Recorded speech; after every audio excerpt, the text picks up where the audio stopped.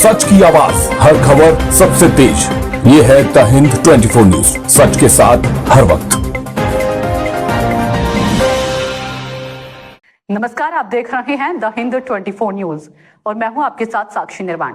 आइए नजर डालते हैं आज की कुछ खास खबरों पर। नमस्कार, मेरा नाम अजीत सिंह है और मैं द हिंद न्यूज 24 से हूं और आज हम पहुंचे हैं मेरठ कचहरी परिसर में। हमारे वकील साहब डॉक्टर शाहिद सैफी जी, सबसे पहले तो आपको बधाई। आपको चुना गया है डिप्टी चीफ लीगल काउंसलिंग के लिए। तो हम आपसे जो है ये जानना चाहेंगे कि इसके लिए आपका चयन हुआ है तो आप किन किन मुद्दों पे काम करेंगे।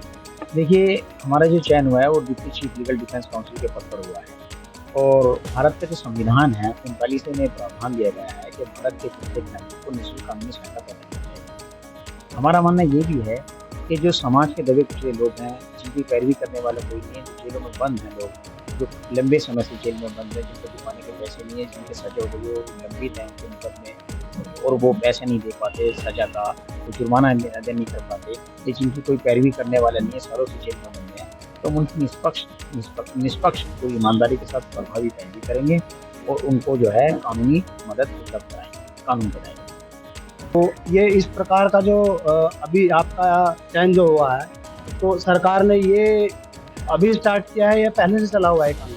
ये एक मॉडिफाई स्कीम है 2022 में, तो उसे संशोधित किया है और उसमें जो समाज के पात्र लोग हैं, जिनकी आमदनी कम है, जो अपने मुकदमे नहीं लड़ पाते, उनकी आर्थिक स्थिति कमजोर है, तो उनकी प्रभावी पैरवी करने के लिए एक LADC का उन्होंने पद निकाला है और उसमें 3 पद हैं। एक तो चीफ डिफेंस काउंसिल, एक deputy chief legal defence counsel, एक assistant legal defence counsel. Chief के नीचे डिप्टी होते हैं, डिप्टी के नीचे असिस्टेंट होते हैं, उनके तहत कार्रवाई होती है। तो उनके तहत कार्रवाई में जेलों का भ्रमण किया जाता है, उसके पश्चात तरह तरह के कार्यक्रम होते हैं, जागरूक अवेयरनेस के समाज के अंतर्गत उसका आयोजन किया जाता है और उसमें प्रभावी पैरवी की जाती है, कोई ईमानदारी नहीं सकती। तो ये मेरठ में ही है या अन्य जिलों में भी एक्टिव है? मेरठ में भी है और अन्य जिलों में भी काफ़ी प्रक्रिया हो चुकी है, भर्ती प्रक्रिया चल रही है, काफ़ी में भर्ती प्रक्रिया हो गई, कुछ में पहले से भर्ती हो गई है 2022 के बाद और उसमें प्रक्रिया चल रही है। तो इसमें आप कानूनी लड़ाई के साथ साथ और अन्य किन चीज़ों पर काम करेंगे, उसके बारे में थोड़ा विस्तार से बताएं।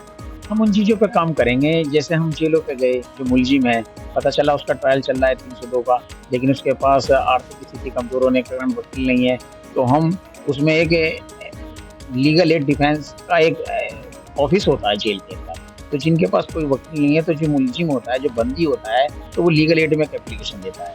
लीगल एड में एप्लीकेशन देने के बाद वो जिला विधिक सेवा प्राधिकरण में हमारे सचिव साहब उनके पास आते हैं, वो रिकमेंड करके चीफ साहब के पास भेजते हैं, चीफ साहब हमारा उसको आवंटित कर देते हैं।